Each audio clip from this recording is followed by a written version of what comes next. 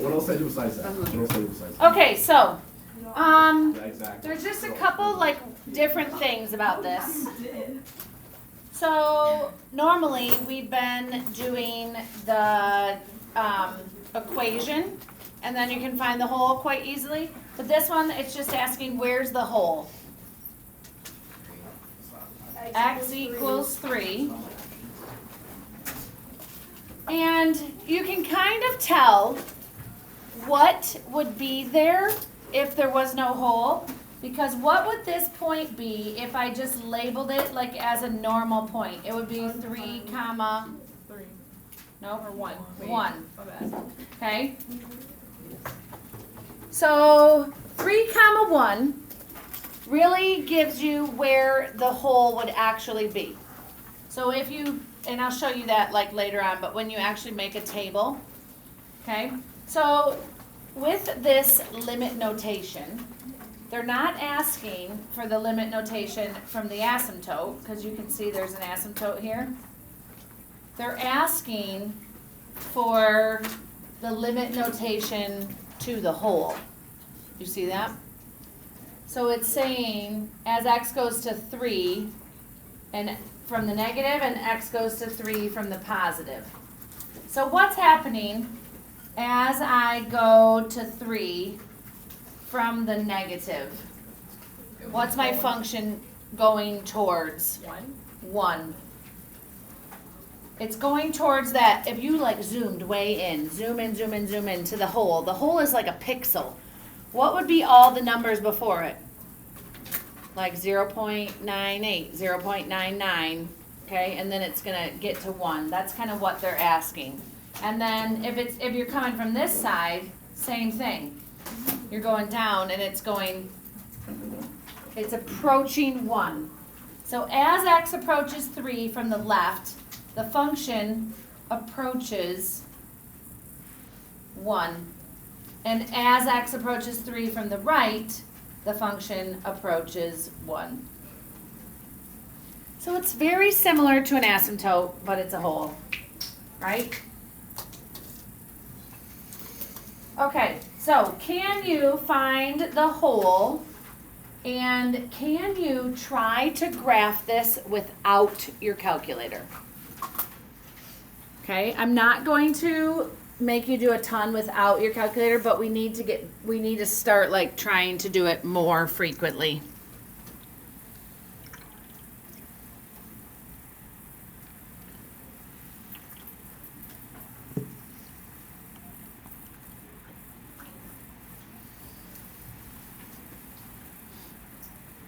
So are you guys factoring? Okay, so what'd you notice?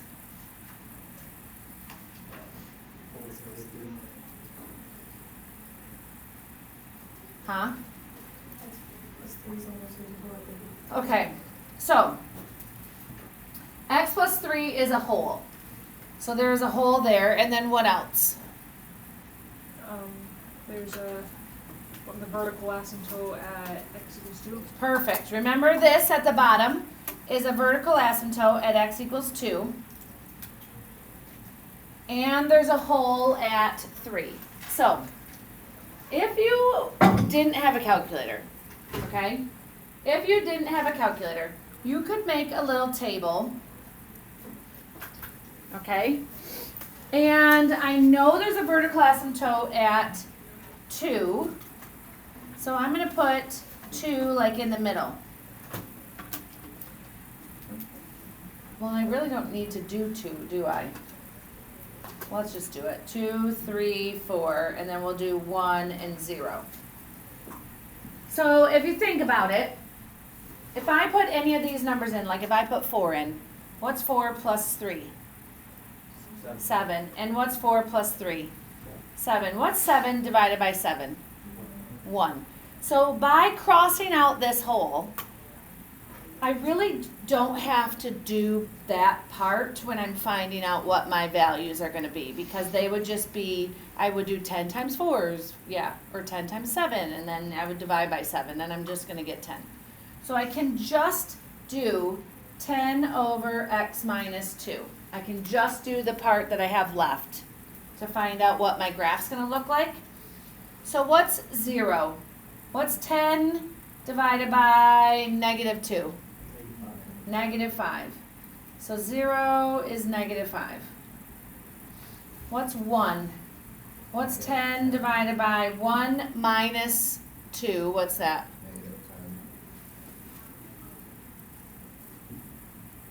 -10. 1 minus 2 is -1 divided by 10 is -10. Sorry, yes, you're right. Okay? And then 2 is undefined. What about 3? What's 10 divided by 3 minus 2 is 1, right? So that's 10, positive 10, so 3 is positive 10. And then 4, 10 divided by 4 minus 2 is 2, so that'd be 5. And let's put in our whole. What's our whole? -3. What's 10 divided by, what's -3 minus 2? -5. What's 10 divided by -5? -2. So if I go to 3 and if I go to -2, I'm going to make a hole there. And then this is what my graph would look like.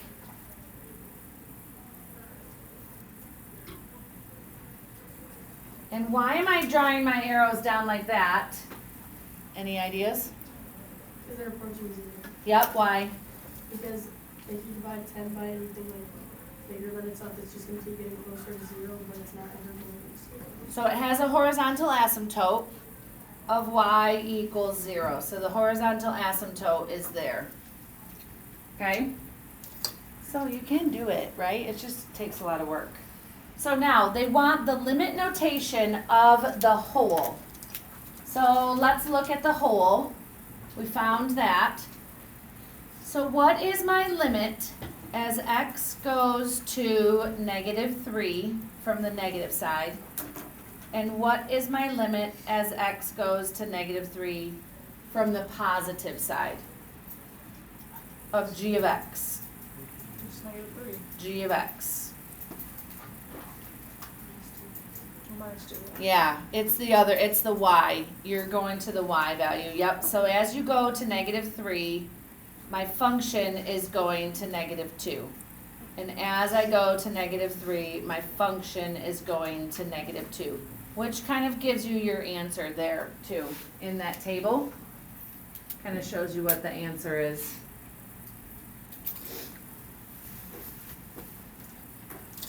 Do you remember how to do it numerically? With the calculator, yep. So remember, I don't remember who it was, somebody, Erilyn, was it you? Said to write it out like this to get the decimals. Who was that? It was me. Yeah. So, when you plug it in, you're gonna plug in your numerator divided by your denominator. Okay, and then you're gonna go to your second window and you're gonna switch this to ask, remember? And then I'm gonna go to my table. So I already have values because we've been doing this all day. -1.961. So this is kind of just showing you, like, as you come at -3 from the negative side, you're going to go there, then it's going to be 1.996, and then it's -2 and -2. And the same thing here, like as you come from the positive side, -2.9 is -2.041, and -2.004, and -2 and -2. So they're both converging at -2. That's easy, right? Easy peasy, hopefully.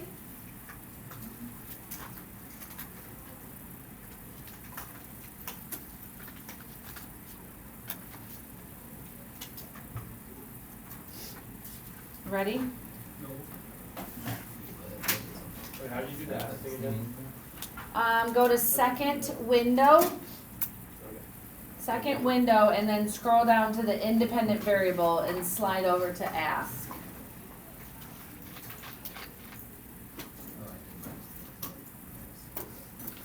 Okay, this one. Can you tell me what you see? An equation, yep, and what do you notice? Perfect, so x minus 1 does what? Cancels out, and that becomes a what? Whole, okay? Whole at x equals 1. So, in order to find where that whole would be, let's plug 1 into our table here, and we're going to plug it in up here. So, what's 1 squared? And that's negative 1. Plus 2. Negative 1 plus 2 is 1. Plus 4 is 5. So let's do a couple before that and a couple after that.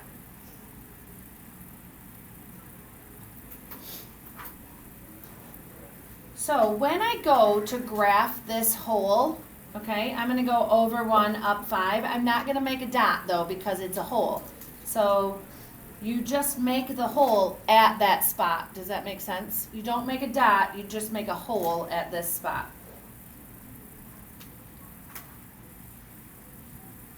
Yeah? What's 0 plus 0 plus 4? 4. What kind of shape is this graph going to have if I've crossed those two out? Parabola. And it's going to go up or down? Down. It's negative, yep. This one trips kids up. Negative 1.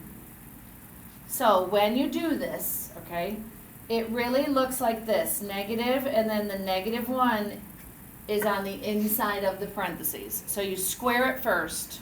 So what's negative 1 squared? 1, and then you tack on the negative.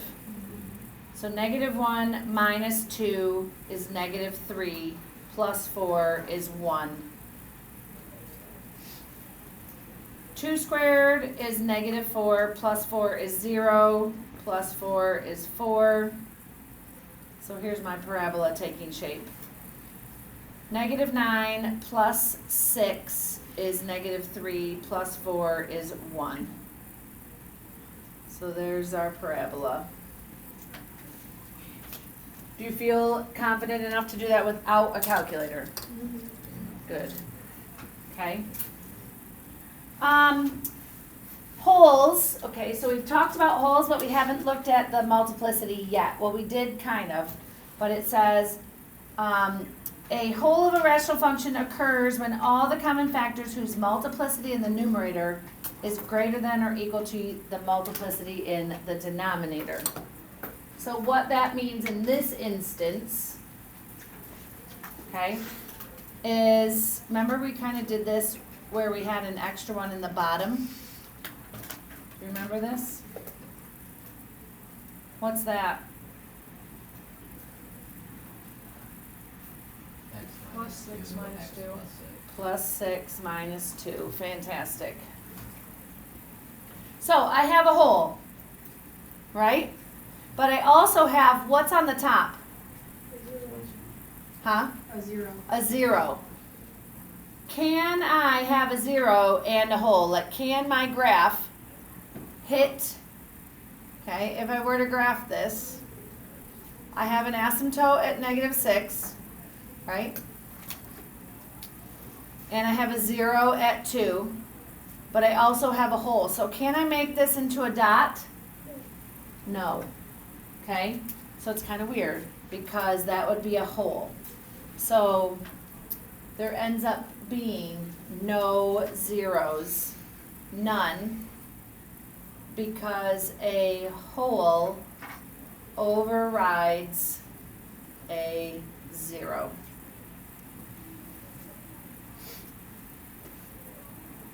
So what's my domain? Do you remember? Comes from the denominator. So negative infinity to what? What's my first stop? -6, fantastic. And then I'm gonna stop at -6 to what? 2, my whole. You have to stop at that whole. And then 2 to infinity. And then I have a whole at x equals 2. What's the vertical asymptote? -6, perfect. And horizontal asymptote?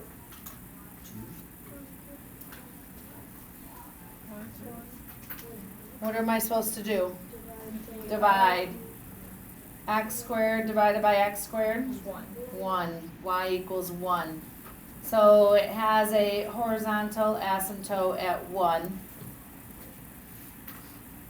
And then your end behavior goes from that, remember? Your end behavior goes from that.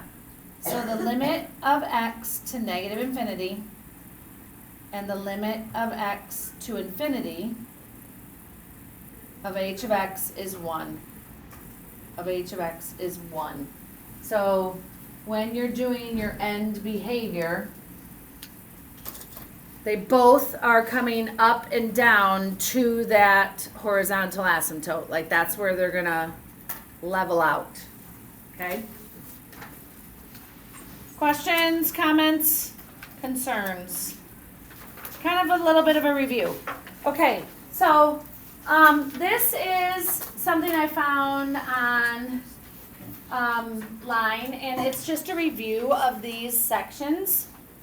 The numbers 0 through 10 are at the top, and as you go through and you do the problems, you cross off one of those as one of your answers, and then there's only one number for each question.